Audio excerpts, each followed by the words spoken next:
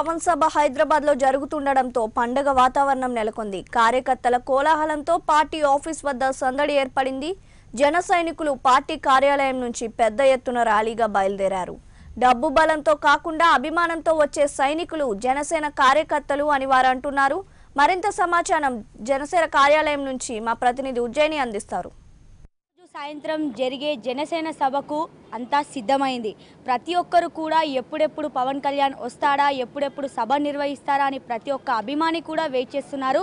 కేవలం ఈ తెలంగాణలో కాకుండా ఆంధ్రప్రదేశ్ నుండి సైతం చాలామంది జనాలు వస్తున్నారు. తెలంగాణలో చూసుకున్నట్టయితే చాలా డిస్టిక్ నుండి భారీ ఎత్తున అభిమానులు వస్తారని కూడా అంచనా వేస్తున్నారు. ప్రస్తుతం మనం జనసేన పార్టీ ఆఫీస్ దగ్గర ఉన్నాము. ఇక్కడ చూడొచ్చు, ఉదయం నుండే కోలాహల వాతావరణం అయితే కనిపిస్తుంది. చాలామంది అభిమానులు తమ నాయకుడిని చూడడానికి సిద్ధంగా ఉన్నారు. ప్రస్తుతం ఇక్కడ చూడొచ్చు, యువకులు సైతం ఇక్కడ ఉత్సాహంగా పాల్గొంటున్నారు. అయితే సభ సాయంత్రం అయినా కూడా ఉదయం నుండే హడావిడి వాతావరణం నెలకొంది. అయితే ప్రస్తుతం అయితే ఇక్కడ అభ్యర్థులు సైతం ఉదయం నుండే వెయిట్ చేసిన పరిస్థితి ఏర్పడుతుంది. ప్రస్తుతం మనతో మాట్లాడడానికి సికింద్రాబాద్ అభ్యర్థి కూడా ఉన్నారు. చెప్పండి సార్, అసలు ఈ రోజు ఎలా ఉంది, ఏర్పాట్లు ఎలా ఉన్నాయి, అసలు సభకు సిద్ధమైందా, మొత్తం సర్వం సిద్ధమైందా? సర్వం సిద్ధమైందమ్మా. మేము సభకి బయలుదేరబోతున్నాము. అనేక జిల్లా కొన్ని ఇక్కడ గ్రేటర్ హైదరాబాద్లో పెద్ద ఎత్తున రాబోతున్నారు.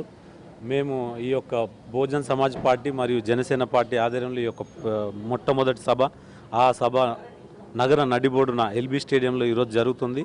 జనసేన అధ్యక్షులు శ్రీ పవన్ కళ్యాణ్ గారు దిశ నిర్దేశిస్తారు.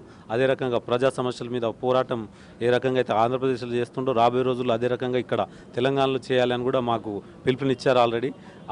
ఆ దశలో మేము ముందుకెళ్తాము. అదే రకంగా ఈరోజు సమస్యలు తీసుకున్నట్టయితే ఇక్కడ తెలంగాణ గవర్నమెంట్ కానీ, అదే రకంగా జాతీయ స్థాయిలో భారతీయ జనతా పార్టీ కానీ, నేను సూటి ప్రశ్న అడుగుతున్నాను భారతీయ జనతా పార్టీని. మీరు నోట్లు రద్దు చేసారు, దానివల్ల ఎవరికైనా బెనిఫిట్ అయిందా? కాలేదు. అదే రకంగా పెట్రోల్, డీజిల్, గ్యాస్ మీరు ఈరోజు అప్పుడు ఎన్డీఏ హయాంలో, ఈరోజు మీ యూపీ హయాంలో, ఆ తర్వాత ఇప్పుడు భారతీయ జనతా పార్టీ హయాంలో ఎంతవరకు పెరిగినాయి అనేది మీరు చూసుకుంటే సగటు మనిషి ఈరోజు డీజిల్, పెట్రోల్ మీద ఆధారపడి ఉంటారు. యువత అంతా పెట్రోల్ మీద ఆధారపడి ఉంటారు. ఎక్కడ పోవాలన్నా బైక్ల మీద వెళ్తారు. కాలేజ్కి వెళ్ళాలన్నా బైక్స్, ఏదైనా చిన్న పనులు చేయాలన్నా, ఎందుకంటే గవర్నమెంట్ ఉపాధి కలిగించలేదు. వాళ్ళు ఉపాధి కలిగించుకొని దాని మీద జీవనం పోషిస్తుంటారు. సో మేమేమంటామంటే, మీరు జిఎస్టీ లిమిట్స్లో పెట్రోల్ని తీసుకురారు. ఎందుకు? పెట్రోల్ జిఎస్టీ తీసుకొస్తే 30-40 రూపాయలు లీటర్ పోయాల్సి వస్తుంది. సో ఇవన్నీ సమస్యల మీద మేము పోరాటం చేస్తాం రాబోయే రోజుల్లో. అదే రకంగా సికింద్రాబాద్ పార్లమెంట్లో ఈ 7 నియోజకవర్గాలలో ఉన్న సమస్యల మీద మా దృష్టి ఉంది, పూర్తి ఫోకస్ దాని మీద ఉంది. 7 నియోజకవర్గాలలో ఉన్న తెలంగాణ నుంచి గెలిచిన, టీఆర్ఎస్ పార్టీ నుంచి గెలిచిన 7 మంది ఎమ్మెల్యేలను కూడా మేము నిలదీయడం జరుగుతుంది రాబోయే రోజుల్లో. అక్కడ సమస్యలు ఎక్కడేసిన ఒక గొంగడి అక్కడనే ఉంది. వీళ్ళ పరిస్థితి ఎట్లుందంటే, తెలంగాణలో ఒకసారి గెలిచిన తర్వాత తిరిగి కూడా చూస్తలేరు ప్రజల్ని. అదే రకంగా నేనేమంటానంటే, మీరు సమస్యలు తెలుసుకోండి. మనము ఇక్కడ మినిస్టర్ రోడ్ నుంచి తీసుకుంటే మన మషీరాబాద్, అంబర్పేట్, చేనంబర్ రోడ్, ఇది ఓపెన్ నాలా ఉంటుంది. అక్కడ కొన్ని వేల మంది నివసిస్తుంటారు. ఆడ దుర్వాసనకు నేను 10 నిమిషాలు కూడా ఉండలేని పరిస్థితి. మీరు నిజంగా ప్రజాప్రతినిధులు అయితే, నిజంగా మీరు ఓటు అడగడానికి వెళ్తుర్రు, మీరు పోయి ఒకసారి వాళ్ళని ఓటు అడగండి. పరిస్థితి ఈరోజు తిరగబడే పరిస్థితి వచ్చింది. నాకు అనేక మంది ఒకటే అంటారు, మిమ్మల్ని మేము గెలిపిస్తాం, మీరు మాకు ఈ సమస్యని తీరుస్తారని అడుగుతున్నారు. నేను 100% మీ ద్వారా చెప్తున్నాను, ప్రైమ్ 9 ద్వారా నేను ఆ సమస్యని, ఒకవేళ నన్ను గెలిపిస్తే నేను 100% చేయిస్తాను. ఒకవేళ నన్ను గెలిపించకుండా మీ గురించి నేను పోరాటం చేస్తాను. మెయిన్గా పార్టీ గురించి, అదేవిధంగా ఈరోజు జరిగే సభ గురించి ఏం చెప్పాలనుకుంటున్నారు? ఈరోజు జరగబోయే సభ, పవన్ కళ్యాణ్ గారు ఏ రకంగా అయితే పనులు చేస్తున్నారో ఆ పనులు రాబోయే రోజుల్లో యువతకి ముందుగా, ఎందుకంటే ఈ దేశానికి యువత ముందుండి నడిపించాలనేది ఆయన కోరిక.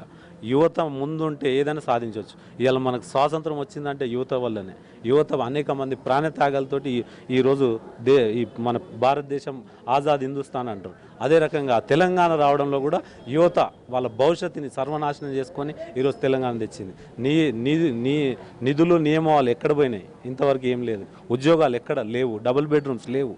అంతా చెప్పుకోవడానికి, అంతా ఎక్కడ చూసినా కానీ షో ఆఫ్, 10 ఫ్లెక్సీలు వేసుకోవడం, షో చేయడం. ఇంకోటి, అందరికీ మాత్రం ఒక సిస్టమ్ ఉంటుంది. ఇక్కడ రాష్ట్ర ప్రభుత్వం మాత్రం సిస్టమ్ లేదు. సిస్టమ్ అంటే ఎలక్షన్ కమిషనర్ కొన్ని లిమిట్స్ ఉంటాయి.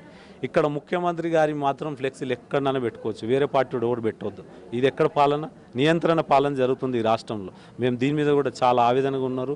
యువత అంతా తిరగబడే సమయం ఆసన్నమైంది. ఈరోజు దళితులను మీరు ఏ రకంగా వాడుకుంటారు చూసారు. దళిత ముఖ్యమంత్రి అన్నారు, ఎక్కడ పోయింది? మేము దళిత ప్రధానం చేయడానికి మన పవన్ కళ్యాణ్ గారు నినాదం మొన్ననే ఇచ్చారు. ఆల్రెడీ యూపీ బైన్ మాయావతి గారిని ప్రధానమంత్రిగా చూడాలని ఆయన కోరిక నెరవేరుతుంది. అదే రకంగా మీరు 16 సీట్లతో మేము చక్రం తిప్పుతా అంటారు. మళ్ళీ మాయావతి గారు యూపీలో, బీహార్లో, ఏపీలో, తెలంగాణలో పోటీ చేస్తుంది. ఆమె ఏమనాలి? మీరు ఆలోచించండి. ఇది చాలా చాలా దూరమైన విషయం, ఇది నేను చెప్పే విషయం. అదే రకంగా రాబోయే రోజుల్లో మేము ఈ యొక్క బీఎస్పీ గఠబంధన్ ముందుకెళ్తుంది. ప్రతి సమస్యల మీద బీఎస్పీ ద్వారా మేము జనసేన కలిసి పోరాటం చేస్తాం సమస్యల మీద అని మీ ద్వారా తెలియపరుస్తాం. ఫైనల్గా ఎలక్షన్స్ దగ్గరకు వస్తున్నాయి, సమయం చాలా తక్కువగా ఉంది. ప్రచారం ఎలా సాగుతుంది, ఎలా మేనేజ్ చేస్తున్నారు అన్ని ప్రాంతాలు? మేము ఉన్న సమయాన్ని మొత్తం పాదయాత్ర ద్వారా వెళ్తున్నాం. ఎక్కడ కూడా అంగు ఆర్భాటాలకు దూరంగా ఉండి మేము పాదయాత్ర ప్రజా సమస్యలు తెలుసుకుంటున్నాం. మిగతా పార్టీల గురించి అయితే మీరు చూస్తుర్రు, ఎక్కడ చూసినా లక్షలు గుమ్మరియడం, ముందుకెళ్ళడం. మా తన లక్షలు లేవు, మాకున్నది ఒకటే ప్రజా సమస్యలు. ఆ ప్రజా సమస్యలు మా దృష్టికి వస్తున్నాయి. ఎక్కడ పోయినా ఒకటే, మాకు ఈ సమస్య తీర్చండి అంటారు. కానీ ఓటర్లు కూడా ఫిక్స్ అయిపోయి ఉన్నారు ఎవరిని ఎన్నుకోవాలనేది. ఎందుకంటే వాళ్ళు చాలా తెలివిగా ఉన్నారు. ఈసారి మీరు చెప్పినంత ఈజీ కాదు. మేము ఏదో గెలిచిపోతాం, 4 పబ్లిసిటీ స్టెంట్లు, 4 పేపర్లు, 4 టీవీలలో కనిపిస్తే మేము గెలిచిపోతాం అనే రోజులు పోయినాయి. ఈరోజు మొత్తం ప్రజలు ఆలోచించి ఓటేస్తారని నేను మీ ద్వారా తెలియపరుస్తున్నాను. ఆల్ ది బెస్ట్ అన్న. అయితే మొత్తంగా చూసుకున్నట్టయితే ఈ రోజు సాయంత్రం ఎల్బీ స్టేడియంలో జరిగే సభకు అన్ని ఏర్పాట్లు జరిగాయి. అయితే ఇప్పటి వరకు ఆంధ్ర పార్టీ కాదు, తెలంగాణ పార్టీ కూడా అని స్పష్టంగా తెలుస్తుంది. ఏది ఏమైనా ఇక్కడ ఎంపీలో ఎవరైతే అభ్యర్థులు ఉన్నారో ప్రతి ఒక్కరు కూడా తామే గెలుస్తామని కూడా హామీ ఇస్తున్నారు. ఇది ఇక్కడ ఉన్న పరిస్థితి. కెమెరా పర్సన్ దాస్తో ఉజ్జయిని, ప్రైమ్